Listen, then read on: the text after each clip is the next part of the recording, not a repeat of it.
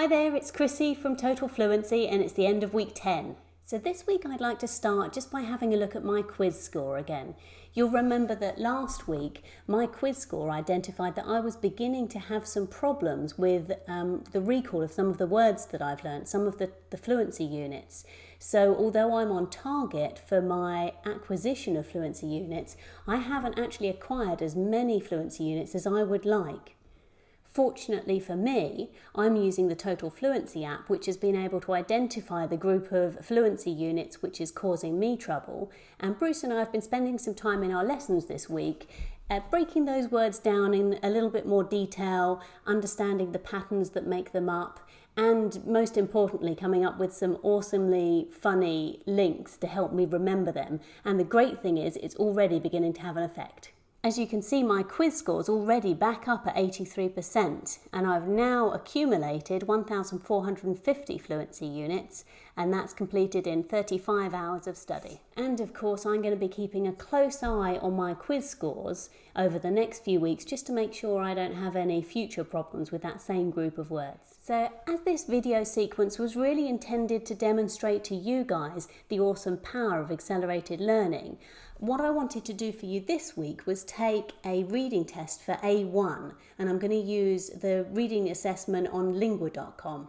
So as I said, I've completed 35 hours of study so far using the Total Fluency Accelerated Learning Program, but to reach A1 normally, there would be a recommended 150 to 180 hours of tuition in a classroom plus homework. So here I go. As you can see, we've sped up the video of my typing. I don't really type that fast. And although I can't understand every word, my coverage is well above 80%, which is fantastic. Notice how I sometimes go back and adapt the sentence that I'm typing in English as I read on further into the sentence in German. I'm also easily able to answer all 5 of these questions correctly by reading my translation. So despite in one case not being able to translate a critical word in the question, I can use the context because my translation is so thorough.